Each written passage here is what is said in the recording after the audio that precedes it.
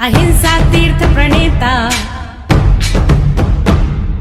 अहिंसा तीर्थ प्रणेता, जय जय हो भारत गौरव राष्ट्र संत प्रमुख सागर।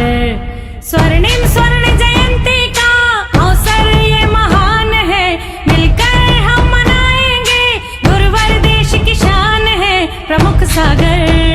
जय हो गुरुवर प्रमुख सागर, जय हो गुरुवर। इस कार्यक्रम के अगस्त माह से सितंबर माह तक के पुण्यार्चक हैं श्री पदम चंद जी, श्रीमती शांति देवी पाटनी, श्री संजय श्रीमती शालिनी पाटनी, श्री सुमित श्रीमती रितिका पाटनी, श्री रजत श्रीमती सिमरन पाटनी, प्रतीक्षा, दिशा, नव्या।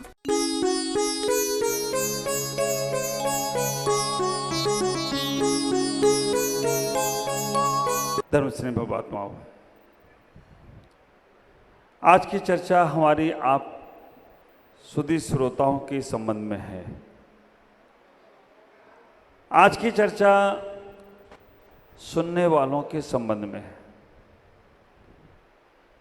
श्रोताओं के संबंध में है। जो श्रोता सुनने के इच्छुक हैं उनके संबंध में है। जो श्रोता जीवन में कुछ बदलने के इच्छुक हैं उनके संबंध में है।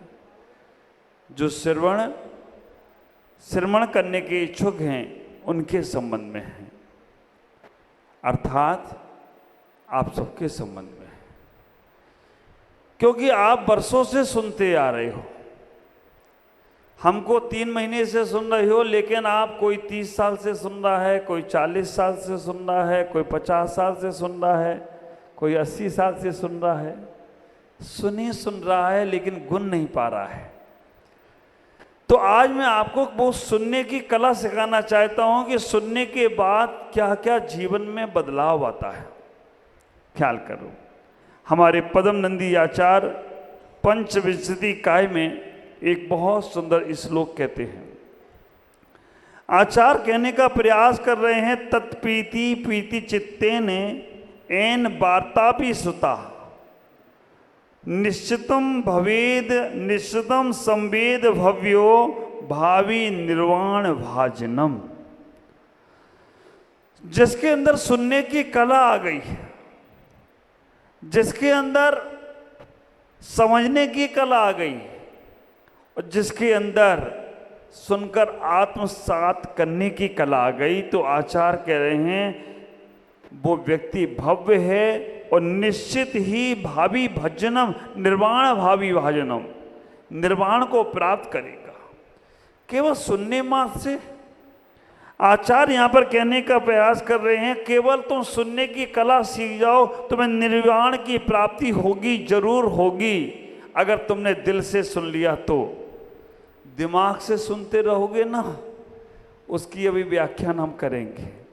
आप विचार करके रखना, दिल से सुनने वाला निश्चित भव्य जीव है। आचार्य यहाँ कह रहे हैं तत्प्रीति प्रीति चित्ते ने, मतलब प्रीति पूर्वक सुनने का प्रयास करो, चित्त लगाकर सुनने का प्रयास करो, रुचि पूर्वक सुनने का प्रयास करो, मन में जिज्ञासा पूर्वक सुनने का प्रयास करो, मन में प्यास पूर्वक सुनने का प्रयास करो, मन में आत्मसात करने के लिए सुनने का प्रयास करो। ऐसी जो चर्चाएं सुनने का प्रयास करते हैं वो निश्चित ही संवेद भावों से निर्वाण को भविष्य में प्राप्त करते हैं। अगर आप इस प्रकार से सुनने का प्रयास करते हैं कि जिससे हमारे चित्त में आनंद बरसे, जिससे हमारे अंदर कुछ परिवर्तन के भाव आए, तो आपका सुनना सार्थक है। अन्यथा सुनना किसी काम का नहीं है, बस समय पास करना है। ख्याल करना, चित्त लगाकर सुनने वाले श्रोता श्रेष्ठ कहलाते हैं। चित्त लगाकर सुनने वाले श्रोता श्रेष्ठ कहलाते हैं। हित अहित का विवेकी जो बन, हित अहित का विवेकी वो पाप ताप भय हटाते हैं। 14 लक्षण आचार्यों ने सम्यक श्रोता के बतलाए हैं। जो पंचेंद्री हैं, संगी हैं, सोच समझ की बुद्धि पाए हैं। 14 प्रकार के लक्षण यहां श्रोताओं के बोल दिए गए। ख्याल करना, श्रोता, सोता, सरोता, ये 3 पहले समझो। एक एक चीज समझाएंगे। आज खूब बोलेंगे, बिल्कुल रविवार है, बिल्कुल फ्री है, अपन चिंता मत करो। एक श्रोता, एक सोता और एक सरोता, तीनों में से आप कौन हैं? श्रोता जो सुनकर अपने आत्म कल्याण के लिए जागृत होता है। हम पूरा प्रवचन तो नहीं, लेकिन एक बात तो अपने जीवन में उतारेंगे। हम पूरी बातों तो नहीं संभाल पाएंगे, क्योंकि इतना बड़ा हमारी तिजोरी नहीं है कि हम पूरी बातों को अपनी तिजोरी में रख पाएं, लेकिन एक बात तो अपने जीवन की उस तिजोरी में उतारेंगे। वो श्रोता है जो सुनकर श्रवणता को प्राप्त हो जाता है। श्रवण करते करते करते करते श्रवणता को प्राप्त हो जाओ तो समझ लेना तुम सम्यक श्रोता हो। श्रवण सुनने वाला, श्रवण सुनाने वाला। श्रवण ही बने रहोगे या श्रवण भी बनोगे? ख्याल करके रखना, श्रवण सुनने वाला है और श्रवण सुनाने वाला है, क्योंकि श्रवण ने अपने जीवन में उतार लिया है और श्रवण करने वाला सुनता ही है। ख्याल करना, श्रोता वो है जो श्रवण करते करते करते करते एक दिन श्रवण बन जाता है। मतलब सुनने सुनते सुनते सुनते सुनते एक दिन सुनाने वाला बन जाता है। ख्याल करना, हमारे तीर्थंकरों ने कितना नहीं सुना। तीर्थंकरों ने हमारे बहुत सुना, जब तक उन्हें केवल ज्ञान नहीं हुआ सुनते ही रहे। भगवान महावीर स्वामी ने 12 साल सुना, बोले नहीं। 12 साल तक सुनते रहे, श्रवण करते रहे। जो जिसने बोला, गाली दी तो भी सुना, गीत गाए तो भी सुने, श्रवण किया। 12 साल बोले नहीं। और अभी तो 2 किताब पढ़ी नहीं, बोलना शुरू। केवल ज्ञान तो छोड़ो, लेवल ज्ञान नहीं है, फिर भी बोलना शुरू। और आप विचार करके रखना, हमारे आचार्यों ने कहा है केवल सुनने की कला आ जाए। मालूम कैसे? चातक पक्षी की तरह। चातक पक्षी बार बार देखता है कब मेरा पक्षी आएगा, कब मेरा प्रेमी आएगा, बार बार देखता है, टकटकी लगा के देखता है। वो सुनने की कला है। और आप विचार करना, अगर आपका किसी से प्रेम हो जाए ना, जिसके प्रति प्रेम हो जाए, अगर बेटे को माँ से प्रेम हो जाए तो बेटा ये सोचता है माँ बोलती रहे मैं सुनता रहूँ, माँ बोलती रहे मैं सुनता रहूँ, माँ बोलती रहे मैं सुनता रहूँ। पिता को बच्चों से प्यार हो जाए तो छोटा बच्चा बोलता है ना तुतली भाषा में, कितना अच्छा लगता है, ये बोल तो रहा है और आप बड़ी कहते महाराज ये पापा बोलना सीख गया। हाँ, ख्याल करना, जिसके प्रति तुम्हारे अंदर प्रेम का भाव आता है उसको बड़े रुचि पूर्वक सुनते हो, बड़े इंटरेस्ट लेकर सुनते हो, बड़े अच्छी तरह से सुनते हो, जितना प्रेम से उसे सुनने का प्रयास कर रहे हो। और थोड़े बड़े हुए, स्कूल कॉलेज में पढ़ने के लिए गए, टीचर अगर तुम्हें पढ़ा रहा है और तुम्हारी समझ में आ रहा है, तुम्हारी रुचि में आ रहा है, तुम्हें इंटरेस्ट आ रहा है, तो टीचर को ये तुम्हें लगता है कि टीचर हमारे सब्जेक्ट लेता रहे, पढ़ाता रहे और हमें अच्छे से समझाता रहे। उस समझ में नहीं आए तो बार बार घड़ी देखी जाती है कब पूरा होगा। आप विचार करके रखना, इतना ही ख्याल करके रखना, जिसकी बातें अच्छी लगती हैं ना, उसकी बातों को ऐसा लगता है अभी तो इनने बोलना ही शुरू किया और अभी पूरा।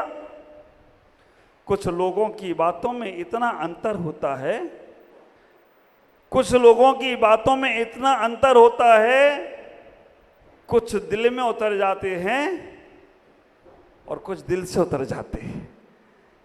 कोई कोई लोग जब बातें करते हैं, आपसे चर्चा करते हैं, तो वो लोग दिल में उतर जाते हैं, लगता है कि बोलते ही रहें बोलते ही रहें। और कुछ लोग ऐसे होते हैं जिनकी बातों से वो दिल से उतर जाते हैं। आप विचार करना, आपके पास श्रोता की संगति है, केवल सुनने की कला। जब तुम्हारे पास सुनने की कला आ गई तो समझ के रखना तुम जीवन में सब कुछ पा जाओगे। सुनो ज्यादा, बोलो कम, इसीलिए परमात्मा ने आपको क्या, 2 कान मुख दिया एक, 2 कान मुख दिया एक, सुनो ज्यादा बोलो नेक। हम तब भी नहीं समझ पा रहे। भगवान ने 2 कान दे दिए, ज्यादा सुनो ज्यादा सुनो ज्यादा सुनो, लेकिन हम सुनते तो कम है, बोलना ज्यादा शुरू कर देते हैं। घर घर में लड़ाई किस बात की है? आपके घर में जो व्यक्ति मौन रहता है उसकी किसी से लड़ाई है? जो ज्यादा बोलता है ना वो पिटता ही पिटता है। आप विचार करके रखना, घर में लड़ाई उसी से होती है जो ज्यादा बोलता है। और चलो बोले भी तो ठीक, बेवजह बोलता है उससे और ज्यादा लड़ाई होती है।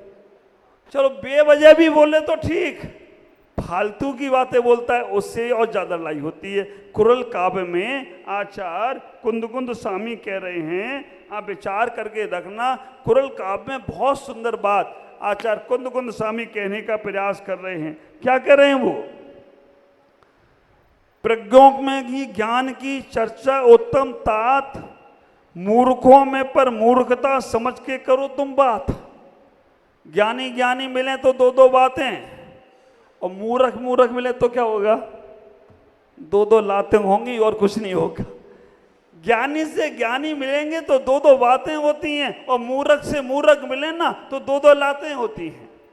तो जब समझदार की श्रेणी में जाओ, समझदार लोगों से बात करो, उन्हीं की बातों का जवाब दो। लेकिन अगर कोई मूर्ख तुमसे प्रश्न पूछे तो आचार्य का जवाब तो देना पड़ेगा, ना मूर्ख खोपड़ी खुजलाएगा अपनी। लेकिन ये ध्यान में रख के दो, ये मूर्ख है, इसको अच्छा पचेगा नहीं, इसको वही बातें पचेंगी जो इसकी समझ में है, वो ज्ञान की बातें समझ ही नहीं सकता है। ख्याल करना, हम इतना ही विचार करके रखें, सुनने की कला श्रोता के पास होती है। सुनने वाला 14 प्रकार का होता है। 14 प्रकार के श्रोता बताए हैं आचार्य आदि पुराण में। जिनसेन आचार्य महाराज स्वामी ने 14 प्रकार के श्रोता बताए। उन्होंने कहा 14 प्रकार के श्रोता हैं, और वो 14 प्रकार के श्रोता में आपका कौन सा नंबर है, विचार करना। 14 प्रकार के श्रोता बताए। सबसे पहले श्रोता बताया मिट्टी के समान। मिट्टी होती है ना, पानी में जाए उतनी देर गीली, और पानी से जैसी निकली थोड़ी धूप लगी, और उसके बाद पहले तो मिट्टी सॉफ्ट भी थी, लेकिन जैसे ही पानी से निकली इतनी कड़क हो गई कि अब वो किसी की खोपड़ी भी फूट सकती है। तो एक वो श्रोता होते हैं, सुनने के लिए जाते हैं, धर्म सभा में जाते हैं, जितनी देर धर्म सभा में बैठे इतने भाव होते हैं, इतने संसार असार है, कोई साथ नहीं है। बच्चे देखो तो साथ नहीं देते, पत्नी साथ नहीं देती, व्यापार में नुकसान लगे हुए हैं, हम काय के लिए जी रहे हैं, खाना भी सही से नहीं खा पा रहे, शरीर भी बीमार पड़ा है, कुछ भी नहीं है। जिनके लिए सब कुछ करो वही हमारे को लाइन पे लगा के चले जाते हैं। अपनी दुकान चालू करी और बस निकले धीमे से, चलो भैया हमारी दुकान चल रही। जब तक दुकान बंद थी कोई दावेदार नहीं, और दुकान बंद चालू होने दो, हाँ, पुश्तैनी दावेदार आ जाते हैं। समय शिखर में मुझे एक दलाल बताया, महाराज यहाँ पर जितने लोग जगह लेने वाले हैं ना, जितने लोगों ने जगह ली, जब जगह ले लो तुम समय शिखर में कोई बात नहीं, जगह लेने के बाद जैसे ही तुमने दीवार खड़ी करना शुरू करी, उनके जो भूत मर गए ना वो भी जिंदा हो जाते। ये तो जगह मेरे दादा ने मेरे नाम में लिखाई, ये जगह तो मेरे नाम में, तो भूतिया पैदा हो जाते हैं। विचार करना, इतना ही सोचना। मिट्टी के समान वो श्रोता होते हैं, जब उन्हें अच्छी बातें समझ में आती हैं तो बहुत भावुक हो जाते हैं। ऐसा लगता है संसार असार है, लेकिन जैसे ही संसार में गए सारा का सारा प्रवचन, सारा का सारा उपदेश, सारा का सारा, आप लोग जब उठते हो ना, चलो आप लोग तो चेयर पे बैठे हो, जो लोग जमीन पे बैठते हैं ना वो लोग उठते हैं ना, तो यहीं पर क्या करते हैं, वो झाड़ झाड़ कर उठ के चले जाते हैं। यहाँ का यहीं छोड़ो, बाहर जाके क्या ले जाके करेंगे। मिट्टी के समान श्रोता, जो जब धर्म की चर्चा होती है तब भावुक होते हैं, उसके बाद वैसे ही हो जाते हैं जैसे वो हैं। दूसरे नंबर के श्रोता बताए चलनी के समान। चलनी के समान श्रोता कौन से होते हैं? चलनी में जब हम आटा छाने ना तो क्या होता है, आटा आटा नीचे गिर जाता है और ऊपर क्या रह जाता है, भूसी रह जाती है। इसी प्रकार से जो चलनी के समान श्रोता होते हैं वो श्रोता अच्छी अच्छी बातों को तो छोड़ देते हैं, अच्छी अच्छी बातों को छोड़ देते हैं, लेकिन जो भूसी भूसी जो बात है कोई काम की नहीं है उन बातों को दिमाग में बैठा लेते हैं। ऐसे भी श्रोता होते हैं। अब विचार करके रखना, जो हमने बात मतलब की कही वो बात तो यहीं की यहीं, लेकिन जो भूसा भूसा था उसे हमने, मैं तो कहता हूँ मेरी भूसे वाली बातें भी संभाल कर रखो, कहीं ना कहीं काम में आने वाली है। कई बार ऐसा होता है माँ अपने बच्चे को दवाई खिलाना चाहे, बच्चा दवाई नहीं खाता है, दवाई कड़वी है। बच्चा जब दवाई कड़वी नहीं खाना चाहता है तो माँ क्या करती है, माँ होशियार होती है। माँ बच्चे को अपने पैरों पे लिटाती है, छोटा सा बच्चा रहता है, पैरों पे लिटाती है और चम्मच में दवाई घोलती है। अब बच्चे से कहते हैं खा, बच्चा नहीं खाता है, कड़वी दवाई है। तो माँ क्या करती है, उसकी नाक पकड़ती है और जैसी नाक पकड़ी उसका मुंह खुल जाता है। माँ क्या करती है, वो दवाई उसके मुख में रख देती है। देखना आप, है ना, ये हमारे श्रोता है ना, ये बच्चे के समान है। वो माँ उसकी उनकी नाक पकड़ती है और नाक पकड़ के वो दवाई उसके मुंह में डालती है, लेकिन वो बच्चा वो क्या करता है, मुंह टेढ़ा किया और सारी दवाई बाहर। माँ बड़ी परेशान। माँ ने क्या किया जाए, ये बच्चे को बार बार दवाई खिलाता हूँ, बार बार ये बच्चा उल्टी कर देता है, बार बार दवाई बाहर कर देता है। माँ ने एक होशियारी करी, समझदारी करी। माँ ने क्या किया, एक रसगुल्ला बच्चे को बड़ा पसंद था। माँ ने वो रसगुल्ले के अंदर टैबलेट रख दी। टैबलेट रखने के बाद उस बच्चे से पूछा, बेटा रसगुल्ला खाओगे? उन्होंने कहा मम्मी मेरी फेवरेट मिठाई है।